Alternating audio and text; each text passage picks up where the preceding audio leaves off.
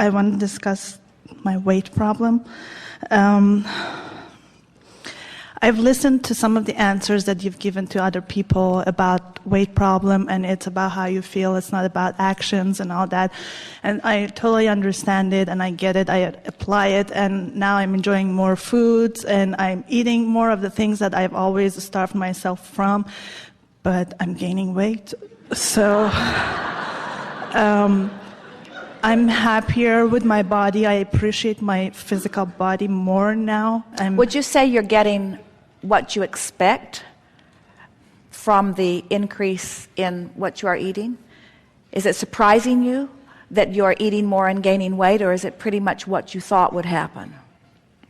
Well, now that my understandings have changed, I expect to lose weight, not to gain. Well, the reason that we ask is because whatever you expect is what happens. In other words, expectation is a very powerful word.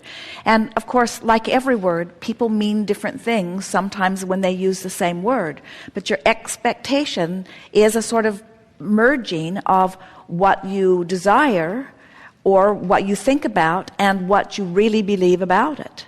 So it was actually a trick question in that, are you getting what you expect? Because the answer to that is always yes. It's not possible to ever get something outside of your expectation.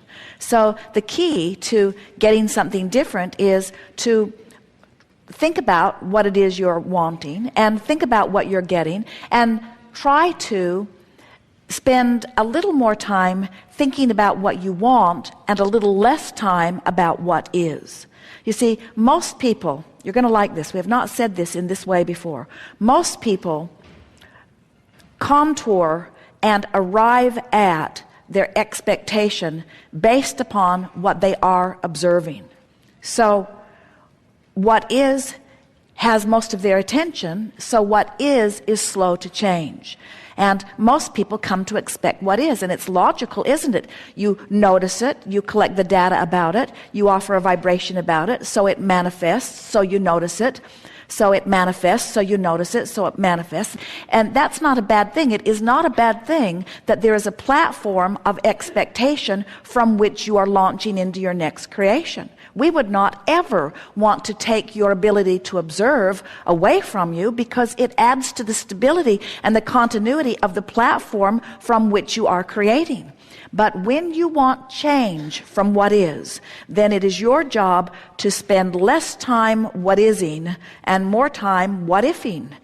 Less time observing what is, more time imagining what can be, more time remembering something that you like. And that's how you change expectation. This is the new thing that we were talking about. Expectation can only be changed when you merge together the platform from where you are with something that you want that is beyond it. Most people are really more regurgitators of life than anything else. Even the medical and the scientific communities move very slowly because they're so busy collecting data about what is that they fill their thought processes full of what is, and they substantiate their expectation about what is. So what could be is very slow to morph, you see, but it does not need to be. It can change much more rapidly than it does. So really the answer is think more about where you're going and less about where you are. That really is. Spend more time noticing what is. Get inside your head. Get in your imagination. Step back from the details of where you are. And that's not only in relationship with how your body looks and feels, but it's about how you feel about the food that you're eating. You have to begin to see food differently. We're surprised that any of you can find anything to eat, because almost every food substance has had several books written about why you should not eat it. So much so that most people who are planning for food, sitting in front of food, shopping for food, choosing the restaurant, looking at the menu, watching others eat or eating themselves, almost everybody who is in the attitude of a relationship with food in any way is in a sort of state of semi to tremendous trauma. And so the answer is to spend at least as much time thinking about the food that you're going to eat as you do actually eating the food. And during the time that you're thinking about the food that you're going to eat, work on imagining it to be as you want it to be in relationship to your body, so that you just gently morph your expectation into a new place. Let's say that you're getting ready, you're going to go have a nice meal somewhere tonight with someone, and you know that you'll be in the restaurant for an hour or two or maybe longer. And so in anticipation of going there, imagine how you will feel while you are there. Imagine feeling satisfied at the place you've chosen to be. Imagine feeling satisfied at the wonderful people who have culminated to prepare your food and serve it to you. Imagine the fun you will have with those that you will exchange your words and fun. And then turn your attention to the food that you will eat and begin anticipating in advance what good choices you will make. Step back from it in a more general way and think about how delightful this experience is going to be. And then think about your body, this intelligent body of trillions of cells, each of which know exactly what to do, and compliment them sort of collectively for their ability to maintain the continuity of your body. And speak to them lovingly, saying to them, I know you know what to do, and I always think of you as I am choosing the food that I'm eating, and I know that you have the ability to deal with whatever it is that I give you, and that you have the ability to utilize the energy from it and give me feelings of energy and movement and flexibility, that you have the ability to add to my well-being. I feel appreciation for the cells of my body and for the food that I'm eating and for those who prepare it. And I'm so looking forward to this time.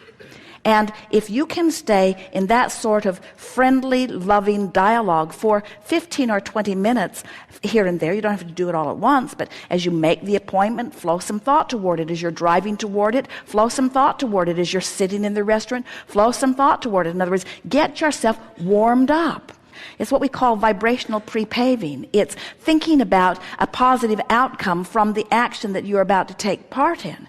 And so what happens to most is you do the opposite of warming up relative to so many things. When you go into a run all full of dread and resistance, when you are sort of not loose and limber, but you use your willpower to force yourself forward, you stretch your muscles beyond because you have not warmed them up, so to speak. And most of you are trying to get so much leverage out of your action, and you don't do any warm-up of your environment by thinking about what you want. You don't get your juices flowing, so to speak. You don't prepare your body. You don't bring yourself into alignment. And so it's like only a scanty part of the cooperative cells come to the party, and they do their best to compensate with what you've got going on, but you haven't opened the links of alignment unless you've done your anticipating, your sort of vibrational warm-up or pre-pave. And that's what you're talking about here. That's why I don't like exercise. I don't do the warm-up. But you see, if you would think of the warm-up as a vibrational thing, once you begin to get a sense of the leverage in energy alignment, then you will discover there is so much more power. One who's connected to the stream is more powerful than a million who are not. There is so much leverage in this vibrational warm-up, in this vibrational alignment, in this readying yourself. And all that means, you can tell when you've warmed up. Let's say that you've been dreading it. Well, don't do anything in an attitude of dread. At least get to a place of sort of kind of wanting. In other words, bring yourself at least into hoping or some semblance of positive expectation before you proceed forward. So it's a vibrational warm-up that you're doing. And you have to know, as you look around at the variety of experiences that people are having in relationships to their bodies and food and movement, you just have to know there's much more to it than just food in, food out, or action that is causing an expenditure of energy. It's about this vibrational alignment. And so when you say, I'm feeling good, I'm feeling happier about food, I'm eating more of what I'm wanting, we would say that's that emotional warm-up. But then you say, but I'm gaining weight. So the emotional journey that we're talking about is, if you will let your gauge not be the scale for a while, not be the physical results for a while, but let your gauge be your mood or your attitude, and you can maintain that for a little while, you'll begin to notice that once you get through that warm-up time, that your body will start to come into vibrational alignment with your improving expectation, until you can literally become one of those people who can say what you want and have it be by the power of your expectation, regardless of the physical behavior or action that is surrounding the situation. It is not necessary that you alter your behavior. It is necessary that you alter your thoughts regarding your behavior. And when you do, all things are possible. Truly they are. Okay, that's what I want to hear. Yeah. Be easy with it. Make food your friend. But you see, here's the thing. So let's talk just a little bit about the difference between downstream and upstream. So you tell us if these statements that we're about to give you feel downstream or upstream. And we're going to extract them from you, so we'll contour them to how you're feeling about all of this. I'm looking forward to my body responding to my desire. Is that a downstream statement or an upstream? Downstream. At times I do rather well with that. Downstream or upstream? Downstream.